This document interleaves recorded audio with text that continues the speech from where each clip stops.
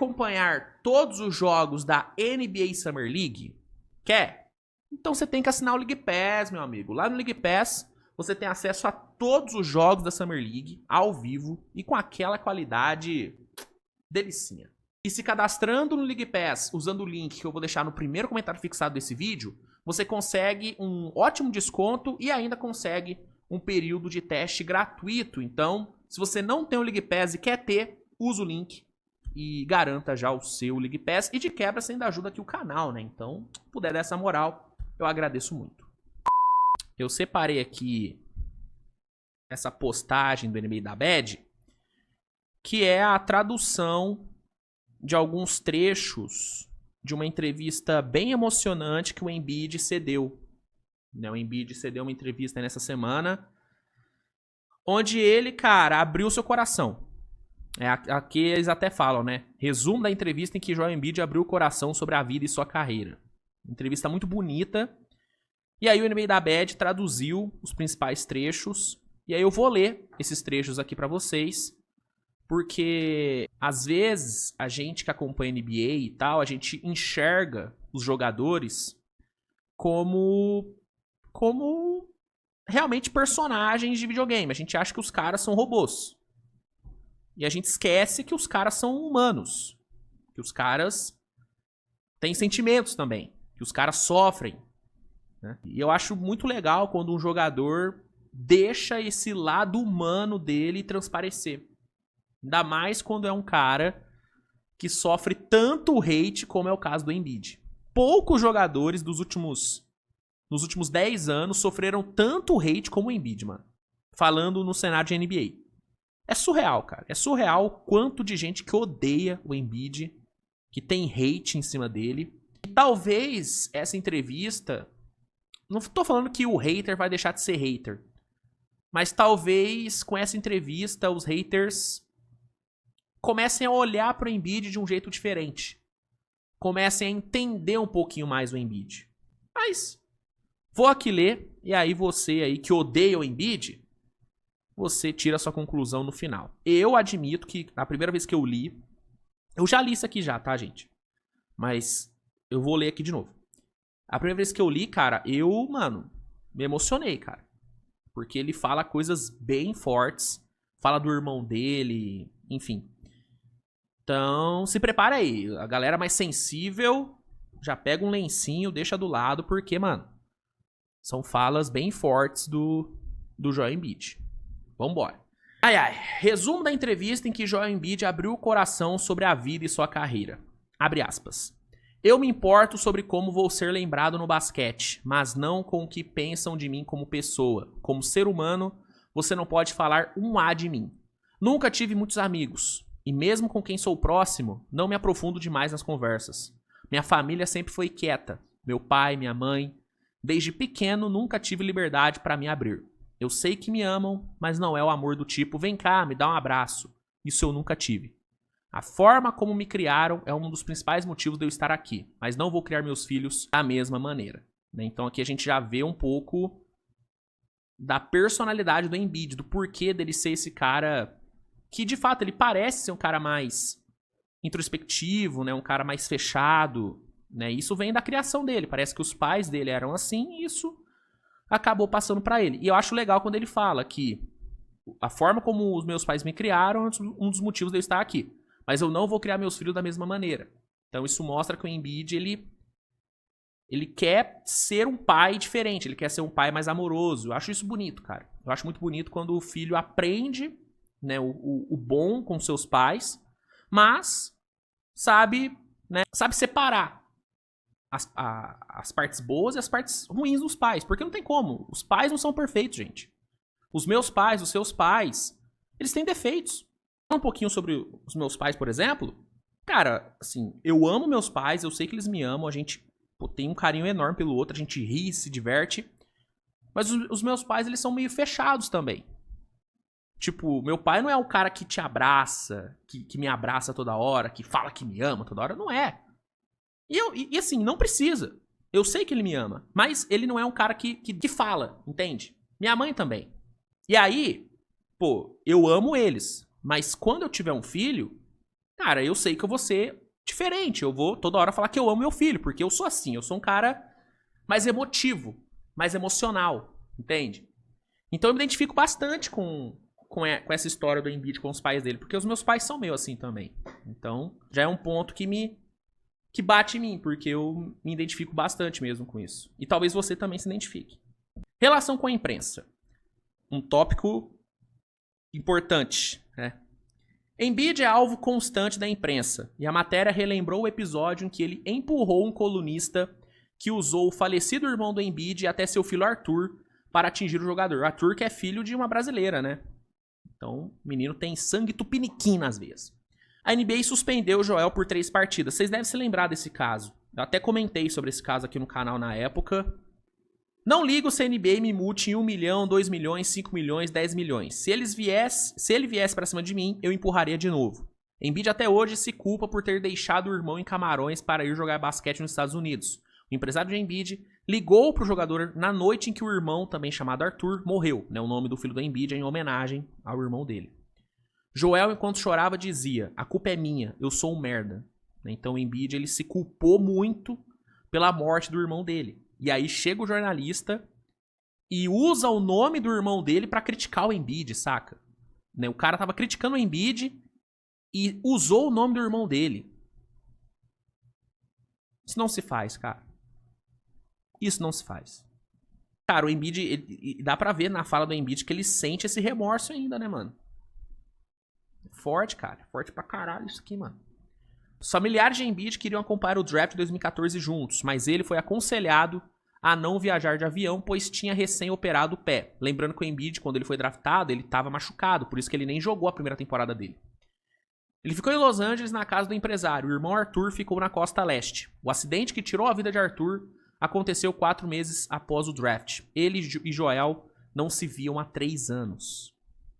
Abre aspas. Nunca vai mudar. Eu ainda sinto a dor. Forte, né, velho? Forte. Cara... Tipo assim, o Embiid não teve culpa na morte do irmão dele. Mas por ele não estar presente com o irmão, por ele não estar ao lado do irmão, ele se culpa pra caralho, mano. Isso é muito forte, mano. Lidar com essa parada... Mano, você tá louco, velho. Não consigo nem imaginar, mano.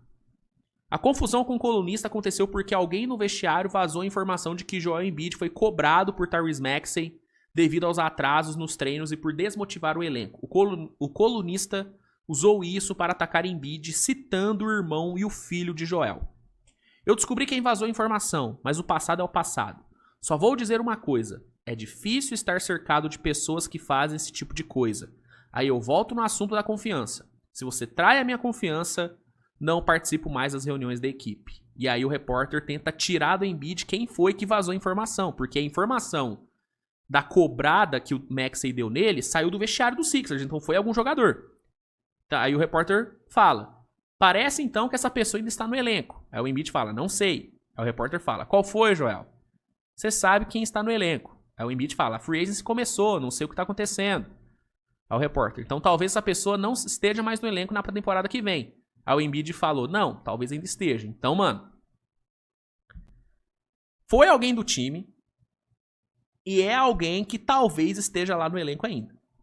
E aí é o que o Embiid falou. O Embiid ele tem essa questão da confiança. Se o cara trai a confiança dele, acabou pro Embiid.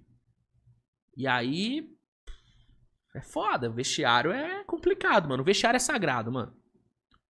O vestiário é sagrado. O que acontece no vestiário tem que ficar no vestiário. E quando sai, é um elo que se rompe, mano. Pra juntar de novo é foda. E dá pra ver que o Embiid não esqueceu. E fica a dúvida, quem é esse cara que vazou? Qual o jogador que vazou isso? E por que o cara vazou isso? Por que o cara fez uma coisa dessa? Porque o cara que vaza uma informação dessa, ele sabe o efeito que vai ter. É jogar contra o próprio time, né? É uma loucura. Começo da carreira. Joel começou a levar a sério o basquete somente aos 16 anos, parecido com o Maluati, né?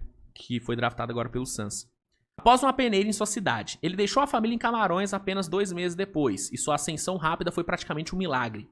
No ensino médio, morando na casa de uma host family nos Estados Unidos, Joel Embiid mentia pros pais no telefone. Ele insistia que estava bem, mas se sentia sozinho. Abre aspas. Foi estranho pra mim. Eu cheguei lá e uma das primeiras coisas que vi foram armas. Embiid não sabia que as pessoas moravam com tantas armas em casa. Eu acho que ninguém entende meu ponto de vista. Era por isso que eu era reservado. Eu gostava de ficar no arquivo, trancava a porta, eu tinha medo. E aí você imagina, né? Uma criança saindo do seu país, indo para um país totalmente diferente, com uma cultura totalmente diferente. Mano, lidar com isso tudo, mano, sem falar o idioma, saca? Longe dos seus pais. Puta, mano, é muita coisa pra um adolescente lidar. É muita coisa. O basquete era a consolação de Embiid, mas ele não percebia o talento que tinha. Fred Bitondo, amigo de Joel Embiid e ex-companheiro no ensino médio, relembra, abre aspas.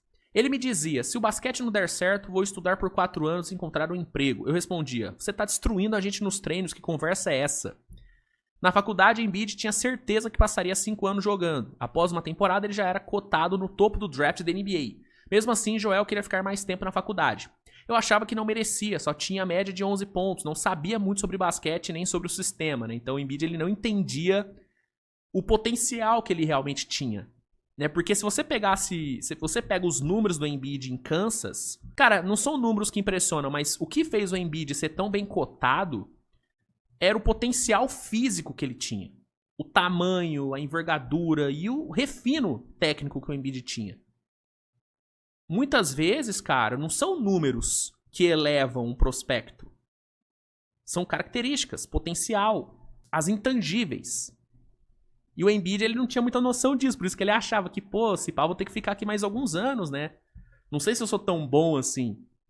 Foi top 3 do draft, e se ele não tivesse machucado, ele teria sido a primeira escolha do draft dele, sem nenhuma dúvida. A fama de preguiçoso. Joel Embiid relembra a fama de preguiçoso que tinha nos primeiros anos da liga. Muitas pessoas ainda tocam nesse assunto, falam do que eu fazia quando era novo no segundo ou terceiro ano da liga. Eu comecei a jogar aos 16 anos, ninguém chega à minha posição sendo preguiçoso. Eu comecei mais tarde que todo mundo, tive que aprender rápido o jogo.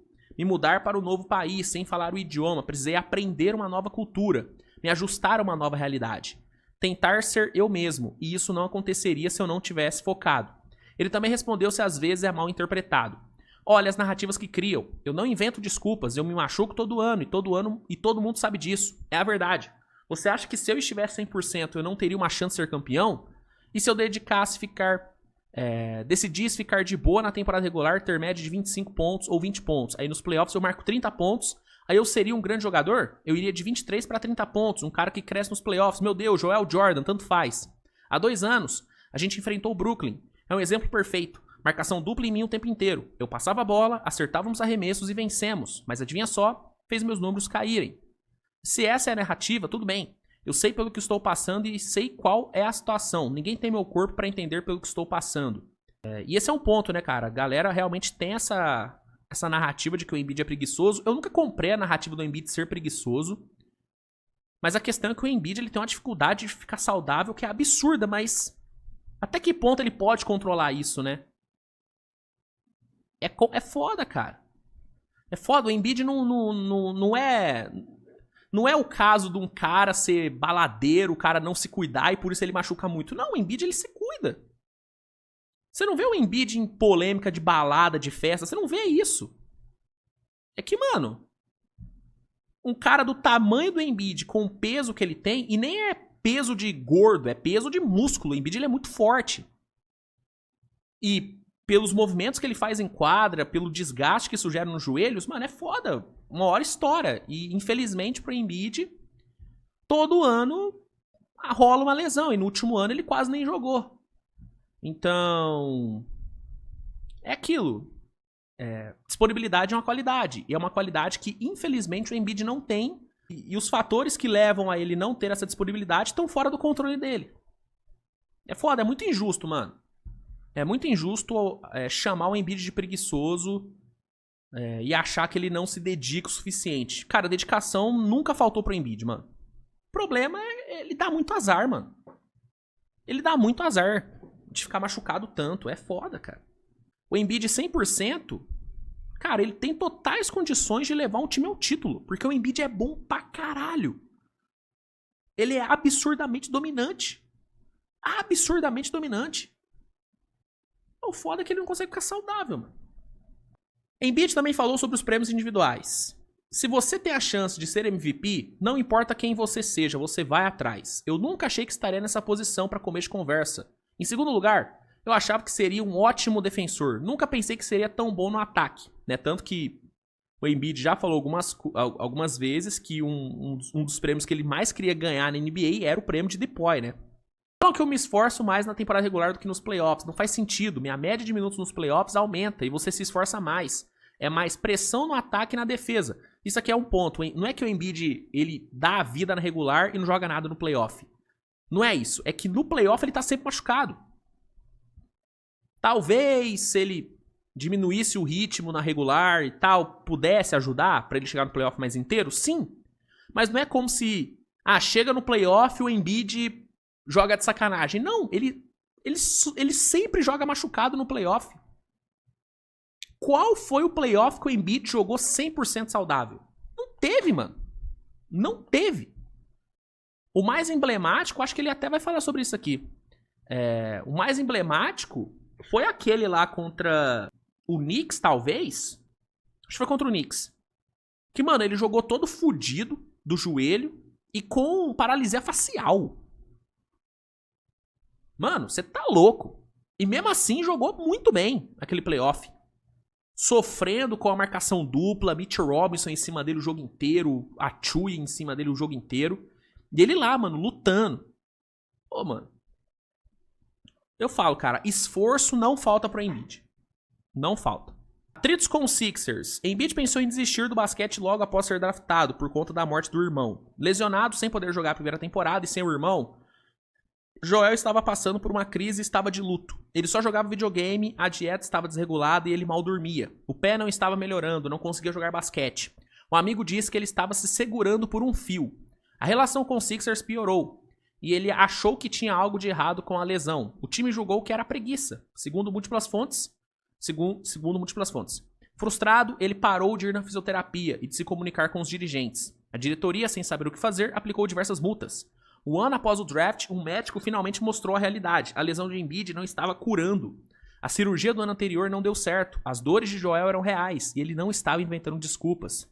Membros da diretoria, da comissão técnica e do departamento médico queriam que ele jogasse machucado para mostrar que fizeram a escolha certa no draft, o que é um absurdo. Eles só queriam estar certos, não fazia diferença se a carreira do Embiid durasse 18 meses ou 18 anos. Tudo isso moldou quem Embiid é hoje. Alguém que não é capaz de confiar em muitas pessoas e que valoriza muito a lealdade. Dedicação ao extremo. Em 2015, para a segunda cirurgia, diversos profissionais se uniram. A fisioterapeuta Kim Casper sabia que não era preguiça, era medo. Ele não confiava no próprio corpo, não confiava nos conselhos que passavam e duvidava das intenções de quem dava os conselhos. Aquilo, né? Pô, os caras queriam que eu jogasse machucado. Eles estavam pouco se fudendo pra mim. Não vou confiar nesses caras nunca mais. Né? É aquilo. Confiança. O Embiid perde a confiança muito fácil nas pessoas. Uma pessoa do círculo de Joel Embiid comentou: ele estar na NBA e ter sido MVP é um milagre. Vários técnicos e diretores achavam que ele nunca mais pisaria na quadra. Nick Nurse, ex-técnico do Sixers, conta. Ex-técnico? Não é ex-técnico. Ele ainda é técnico. As pessoas esquecem que a lesão dele contra o Warriors em 2004 foi grave. E no momento que ele jogava o melhor basquete da carreira. Sixers estava 26-7 com ele em quadra na temporada. Ele voltou um mês depois no sacrifício para tentar classificar o time aos playoffs. Philadelphia venceu 8 partidas seguidas e avançou no play-in. Foi naquela temporada, né, onde rolou a última lesão seriaça mesmo do Embiid, que foi quando caíram em cima do joelho dele, né? Não foi? Cara, o Embiid tava jogando pra caralho naquela temporada. Aquela temporada ele era unânime o favorito pra MVP, né? E aí no fim ganhou o Jokic, né? A disputa ficou entre Jokic e Shai. Mas, cara, o Embiid, ele era unânime o favorito pro MVP naquela temporada. Mas aí veio a lesão e fudeu ele, né, mano? O que aconteceu em seguida, muitos já sabem. O Embiid visivelmente... isso aqui é o que eu falei da paralisia facial. O Embiid visivelmente com paralisia facial nos playoffs. No jogo 2 da primeira rodada, ele chegou a dar entrevista com a cabeça abaixada para não mostrar a paralisia. Cara, bizarro. O Embiid tava todo chumbado naquele playoff. Mano, é foda falar que você tava com dó de alguém, mas... Mano, Foi duro ver o Embiid naquele playoff, mano. Ele tava muito fodido. Você tá maluco. Nicolas Batum, ex-companheiro de equipe, relembra. Eu vi o joelho. Não sei como ele conseguia andar. Poucas pessoas sabiam a gravidade da lesão. Afinal de contas, quando o Embiid está passando por uma crise, ele se fecha. Naquele momento, a indecisão tomava conta de Joel Embiid. Ele estava preocupado com sua saúde em longo prazo, cheio de dor, mas estava desesperado para jogar e tinha medo de desapontar o time e os torcedores. Ele não queria contar para ninguém a situação real do joelho. Antes do jogo 3 dos playoffs, uma das médicas mandou uma mensagem para Joel. Será que dá pra você sentir um pouco de compaixão por si mesmo? Você merece, tudo bem perder. Mas você não pode servir vergonha. Você lutou e com muita coragem. Joel Embiid não respondeu a mensagem. Naquela noite, ele marcou 50 pontos.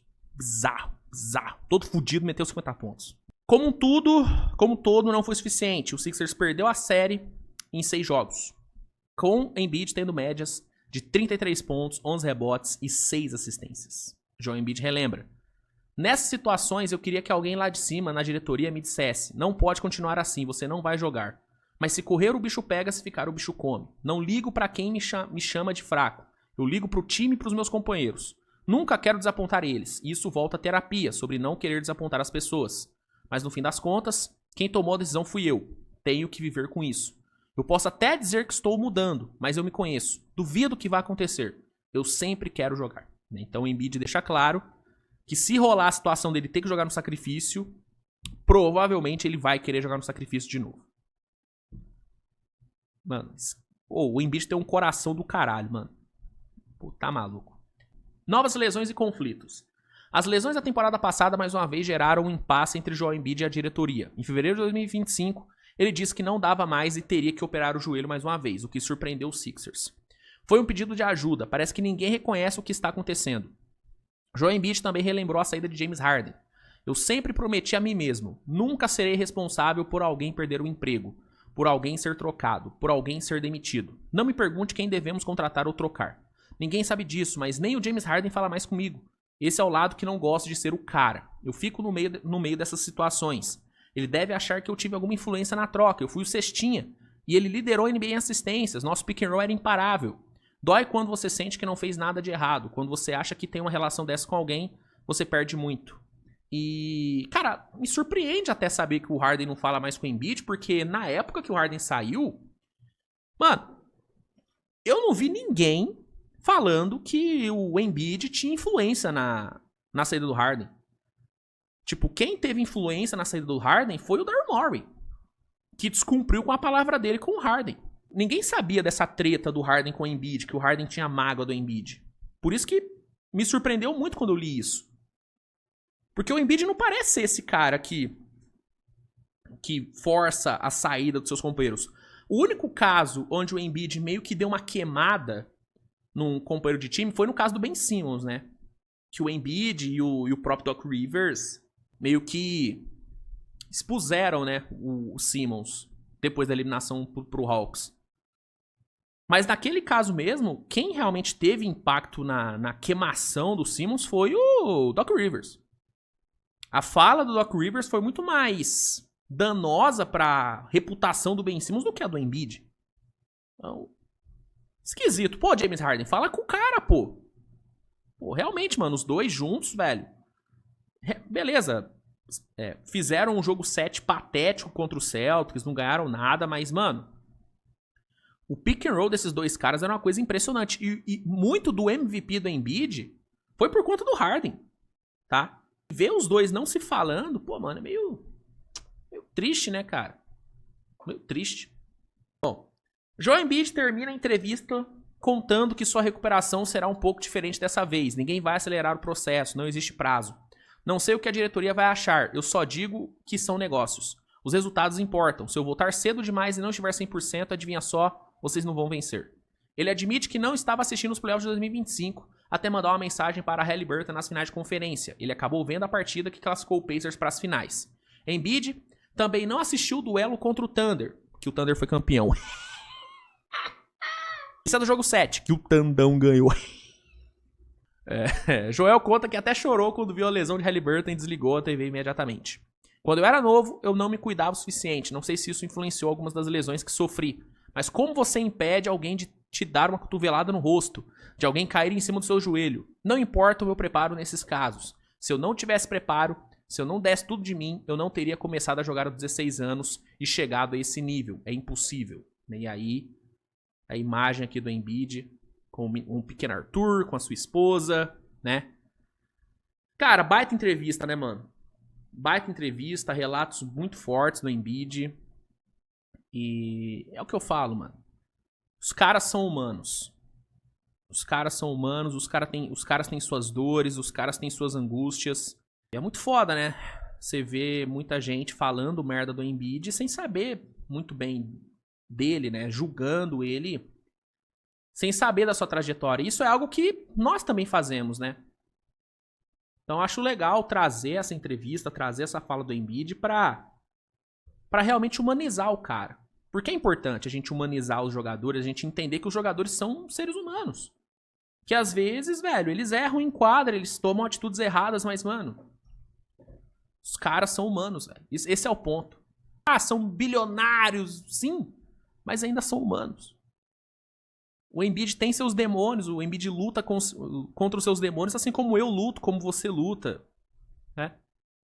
Então, acho legal trazer isso pra realmente mostrar pra vocês que os jogadores não são personagens de 2K.